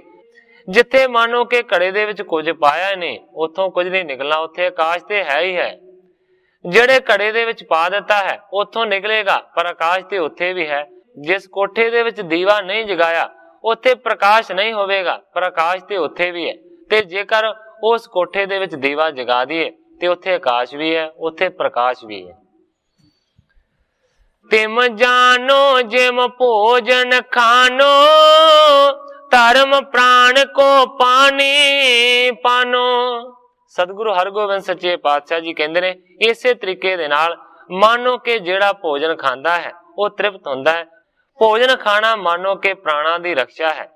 ਧਰਮ ਪ੍ਰਾਣ ਕੋ ਪਾਣੀ ਪਾਨੋ, ਭਾਵ ਕੇ ਪਾਣੀ ਪੀਣਾ ਪ੍ਰਾਣਾ ਦਾ ਧਰਮ ਹੈ, ਖਾਣਾ ਖਾਣਾ ਸਰੀਰ ਦਾ ਧਰਮ ਹੈ। ਜੇ ਖਾਣਾ ਨਾ ਖਾਵਾਂਗੇ ਤੇ ਮਾਨੋ ਸਰੀਰ ਖਤਮ ਹੋ ਜਾਵੇਗਾ, ਪਾਣੀ ਨਾ ਪੀਵਾਂਗੇ ਪ੍ਰਾਣ ਖਤਮ ਹੋ ਜਾਣਗੇ, ਮਨੁੱਖ ਦੀ ਮੌਤ ਹੋ ਜਾਏਗੀ। ਪਰ ਸਤਿਗੁਰੂ ਹਰਗੋਬਿੰਦ ਸੱਚੇ ਪਾਤਸ਼ਾਹ ਜੀ ਨੇ ਇਸ ਗੱਲ ਨੂੰ ਸਿੱਧ ਕੀਤਾ ਹੈ ਕਿ ਆਕਾਸ਼ ਦੀ ਤਰ੍ਹਾਂ ਮਾਨੋ ਕਿ ਚੇਤਨ ਹਰ ਇੱਕ ਦੇ ਅੰਦਰ ਬਰਾਬਰ ਹੈ। ਪਰ ਉਸਨੇ ਸਵਾਲ ਕੁਝ ਇਸ ਕਿਸਮ ਦਾ ਕੀਤਾ ਸੀ ਕਿ ਜੇਕਰ ਹਰ ਇੱਕ ਦੇ ਵਿੱਚ ਬਰਾਬਰ ਹੈ ਤੇ ਫਿਰ ਇੱਕ ਰੋਟੀ ਖਾਂਦਾ ਦੂਜਾ ਰੱਜਦਾ ਕਿਉਂ ਨਹੀਂ? ਇੱਕ ਗਿਆਨ ਪ੍ਰਾਪਤ ਕਰਦਾ ਦੂਜੇ ਨੂੰ ਗਿਆਨ ਹੁੰਦਾ ਨਹੀਂ। ਪਰ ਸਤਿਗੁਰੂ ਸੱਚੇ ਪਾਤਸ਼ਾਹ ਜੀ ਨੇ ਇਸ ਆਕਾਸ਼ ਦੇ ਨਾਲ ਇਸ ਬਚਨ ਨੂੰ ਸਿੱਧ ਕੀਤਾ ਹੈ ਕਿ ਦਰਅਸਲ ਆਕਾਸ਼ ਤੇ ਹਰ ਇੱਕ ਦੇ ਵਿੱਚ ਹੈ, ਪਰਮਾਤਮਾ ਦਾ ਵਾਸਾ ਤੇ ਹਰ ਇੱਕ ਦੇ ਵਿੱਚ ਹੈ, ਆਤਮਾ ਦਾ ਵਾਸਾ ਤੇ ਹਰ ਇੱਕ ਵਿੱਚ ਹੈ। ਪਰ ਸਰੀਰਾਂ ਦੇ ਧਰਮ ਵੱਖਰੇ ਨੇ। ਸਰੀਰ ਨੂੰ ਚਲਾਉਣ ਦੇ ਵਾਸਤੇ ਖਾਣਾ ਪਵੇਗਾ, ਪਾਣੀ ਪੀਣਾ ਪਵੇਗਾ, ਔਰ ਵੱਖਰੇ ਵੱਖਰੇ ਰੂਪ ਦੇ ਵਿੱਚ ਖਾਣਾ ਪਵੇਗਾ। ਇਹ ਨਹੀਂ ਕਿ ਇੱਕ ਨੇ ਖਾ ਲਿਆ ਤੇ ਦੂਜਾ ਰੱਜ ਗਿਆ, ਇਸ ਤਰ੍ਹਾਂ ਨਹੀਂ ਹੋਵੇਗਾ। ਮਨ ਕੋ ਧਰਮ ਸਮਝ ਬੋ ਗਿਆਨ, ਆਤਮ ਸਾਖੀ ਸਭ ਕੋ ਜਾਣ।